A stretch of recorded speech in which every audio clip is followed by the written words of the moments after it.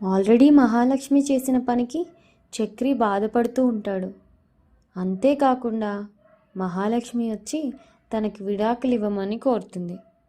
ఇది విన్న చక్రి పరిస్థితి ఏంటి, ఏం జరగబోతుంది తెలియాలంటే మీరు ఈ వీడియో పూర్తిగా చూడాల్సిందే. మహాలక్ష్మి తాళి తీసి తన చేతిలో పెట్టడంతో చక్రి చాలా బాధపడుతూ ఉంటాడు. ఆవిడ తాళిని అలా తీసి ఇచ్చి వెళ్ళిన దాన్ని తలుచుకొని నేను ఎంత ఫీల్ అవుతున్నానో మీ ఎవరికైనా అర్థమవుతుందారా? నువ్వు నోరు మూసుకొని ఉంటే ఇదంతా జరిగి ఉండేదా? రే, నన్నే తప్పు పడుతున్నావా? సరే కానీ నా గురించి ఆలోచించు.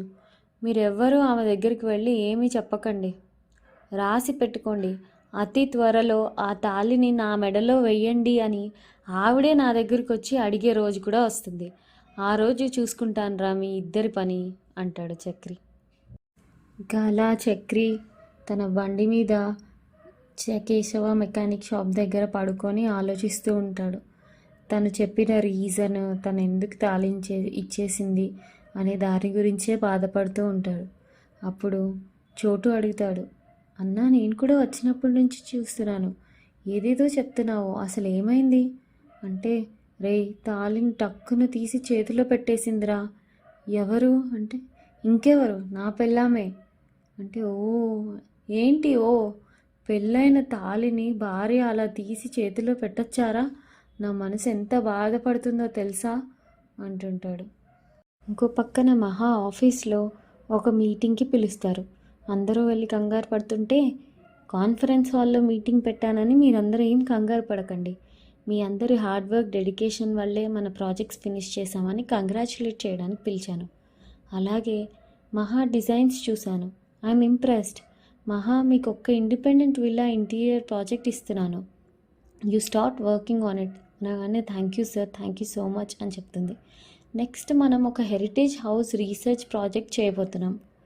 100 ఏళ్ల నాటి పాత ఇల్లు ఏమైనా తెలిస్తే చెప్పండి, ఆ ఇంటి డిజైన్, బిల్డ్ క్వాలిటీ మనం స్టడీ చేద్దాం అంటే, ఒక రిలేటివ్ ఇల్లు ఉంది సార్, 60-70 ఏళ్ళుగా వాళ్ళు అక్కడే ఉంటున్నారు అని చెప్పగానే మహాలక్ష్మి కూడా చెప్తుంది, సార్ నేనుంటున్న ఇల్లు కూడా 100 ఏళ్ళ పాతదే, ఎలాంటి రినోవేషన్ చేయలేదు, మీరు అడుగుతున్న రీసెర్చ్కి ఆ ఇల్లు కరెక్ట్గా ఉంటుంది అనగానే, నైస్ దివ్య, మీరు అందరూ కలిసి మహా చెప్పిన ఇల్లు డీటెయిల్స్ నోట్ చేసుకోండి, మనం విజిట్ చేద్దాం అని చెప్తాడు.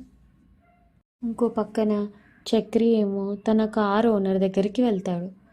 తనని చూసి కార్ ఓనర్ అడుగుతారు, ఏంట్రా చక్రి, ఏదో ఓడ మునిగిపోయినట్లుగా కూర్చున్నావు, ఏమైంది అంటే, అన్న ఆడవాళ్ళు తాళిని ఎంత గౌరవిస్తారో చెప్పండి, సినిమాల్లో చూపిస్తారు కదా, ప్రాణం పోయినా తాళిని మాత్రం వదలరని, అవన్నీ మా అమ్మ వాళ్ళ కాలం నాటి కథలరా, కుక్కీ లేకపోతే ఊరంతా పిలిచి ఏడ్చేవాళ్ళు, ఇప్పుడంతా అలా లేదు, ఎందుకు అడుగుతున్నావు అంటే, నా పెళ్ళం టక్కున తాళి తీసి ఇదిగో ఉంచుకో అని నా చేతిలో పెట్టి వెళ్ళిపోయిందన్నా, నేను కట్టిన తాళి ఆమె మెడలో ఉన్నంత వరకే మా మధ్య ఒక ఫీల్ ఉంటుందనుకున్నాను, నా వల్ల అది తట్టుకోలేకపోతున్నాను అంటే, ఆయన నవ్వుతూ, దీనికా ఎంత ఫీల్ అవుతున్నావు, లోకం తీరు తెలియకుండా ఉన్నావురా నువ్వు, మా ఆవిడ నాతో గొడవ పడితే మొదటిగా చేసే పని తాళి తీసి నా మొహం మీద విసరడమే, అది ఎక్కడైనా పోతుంది అని నేనే నా మెడలో వేసుకొని సెల్ఫీ పంపాను, అప్పుడు నవ్వి రాజీ పడింది, నిజంగానే చెప్తున్నారా అంటే, అవునరా, ఇప్పుడు రోడ్లో వెళ్ళి చూడు, పెళ్ళైన అమ్మాయిలు కూడా జీన్స్ టాప్ వేసుకొని మోడర్న్గా ఆఫీస్కి వెళ్తున్నారు, దానికి తాళి సెట్ అవ్వదని తీసి పక్కన పెట్టేస్తున్నారు, అంత మాత్రాన వాళ్ళ మొగుడిని వదిలేశారని అర్థం కాదు కదరా, నీ పెళ్ళం కూడా కొంచెం మోడర్న్ అవుతుందని ఆలోచించుకో అంతే, దానికి ఇలా బాధపడుతూ ఉండకురా అని చెప్తాడు. ఇక మహాలక్ష్మి తన ఆఫీస్ అయిపోయి హాస్టల్కి నడుచుతూ వెళ్తూ ఉంటే చక్రి ఎదురుగా వెళ్తాడు, కానీ మహాలక్ష్మి మాత్రం చక్రిని చూడదు. సో మళ్ళీ వెనక్కి వచ్చి మరి ఏదో తాళం పడిపోయినట్టు యాక్ట్ చేసి మహాలక్ష్మికి కనిపిస్తాడు. ఓ కనిపించి యాక్ట్ చేస్తూ ఉంటాడు. ఓ మీరేంటండి ఇటువైపు, ఓ మీ ఆఫీస్ ఇటువైపే కదా, మర్చిపోయాను, ఆఫీస్ అయిపోయి వస్తున్నారా, అప్పుడే ఈవినింగ్ అయిపోయిందా, టైం కూడా చూసుకోలేదండి, చూడండి మిమ్మల్ని కూడా గమనించకుండా నేను వెళ్ళిపోతూ ఉన్నాను, సరే ఒంటరిగా నడిచి వస్తున్నారు, నేను కూడా మీకు తోడుగా నడిచి వస్తానండి, నాకేం ప్రాబ్లం లేదండి అని ఓవర్ చేస్తూ ఉంటారు. అప్పుడు మహా ఏమో, హలో మరీ అంత సీన్ చేయకండి అంటే, సీనా? నన్ను చూస్తే సీన్ చేసినట్లుందా, లేదా మీతో మాట్లాడడానికి ఇలా అడ్డదిడ్డంగా నడుస్తున్నట్లుందా అని అడుగుతాడు. అలా ఏం లేదండి, యాక్చువల్లీ నేనే మీతో మాట్లాడదామని అనుకున్నాను అని మహా అంటుంది. అనగానే, నాతో ఎందుకు మాట్లాడాలి, ఏదైనా సరే చెప్పండి, ఇంట్లో మాట్లాడుకోలేం కదా, ఎక్కడైనా మాట్లాడాలని అనుకుంటున్నాను, మీరే వచ్చి కనిపించారు అంటే చక్రి ఆలోచిస్తాడు. ఏంటి నాతో ఏం మాట్లాడాలనుకుంటున్నారు అని ఆలోచిస్తుంటేనే, ఏంటి అలా సైలెంట్గా ఉన్నారు, ఎక్కడైనా కూర్చొని మాట్లాడుకుందామా అంటే, ఖచ్చితంగా అండి మాట్లాడచ్చు అంటుంటాడు చక్రి. అవును, మీరు పని మీదే కదా వెళ్తున్నారు, నన్ను కూడా గమనించలేదని చెప్పారు కదా, పర్వాలేదు కదా మీకు ఇవన్నీ అంటే, అవన్నీ తర్వాత చూసుకోవచ్చు, మనం మాట్లాడుకుందామండి అంటుంటాడు చక్రి. మీకు పని ఏమైనా ఉంటే చూసుకోండి, మనం తర్వాత కూడా మాట్లాడుకోవచ్చు అంటే, పని అంతా ఏం లేదండి, లైసెన్సే లేదు, తర్వాత ఏం పని ఉంటుంది, మనం మాట్లాడుకుందాం, సరే రండి అని చెప్పి అనగానే మహా మాత్రం అర్థమవుతుంది అంటుంటుంది. ఇద్దరూ కలిసి రెస్టారెంట్కి వెళ్తారు. అప్పుడే చక్రి అనుకుంటూ ఉంటాడు, తను తాళిని తెలియక తీసేశాను, తిరిగి ఇచ్చేయండి అని అడుగుతుంది కావచ్చు, అడగండి అడగండి అనుకుంటూ, ఏదో మాట్లాడాలని చెప్పారు, సైలెంట్గా ఉన్నారు అనగానే మహా అంటుంది, నేను ఒకటి అడిగితే ఇస్తారా అనగానే, ఏమండి మీరేమన్నా అడగండి అడగండి అంటాడు.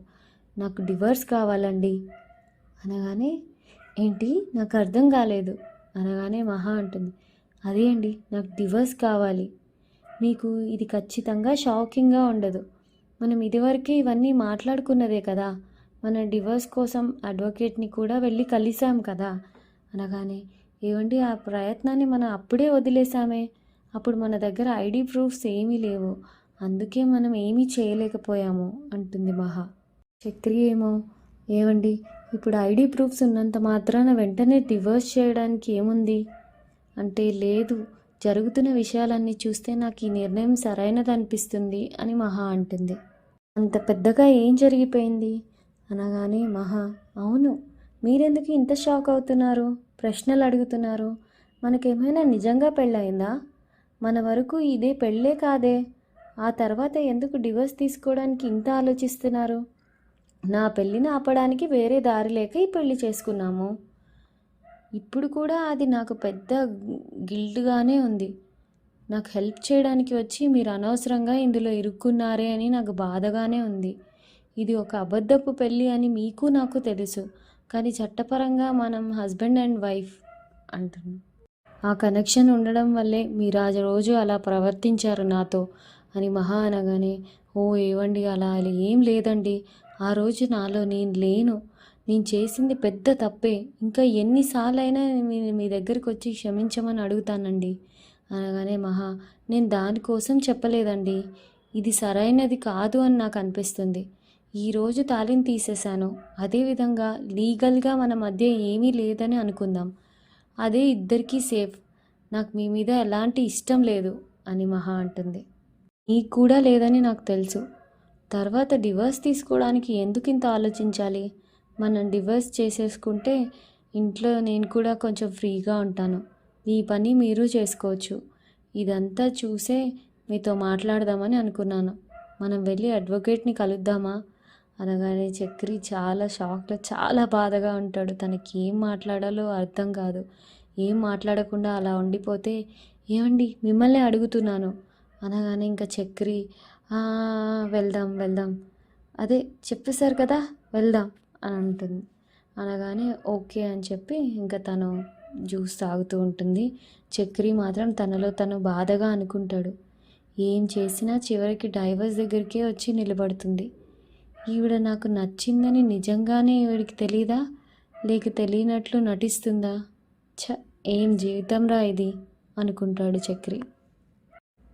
అంతే అండి, ఇంకా చక్రి మహా విడాకులు తీసుకోబోతున్నారా, ఏం జరుగుతుందో నెక్స్ట్ వీడియోస్లో తెలుసుకుందాం.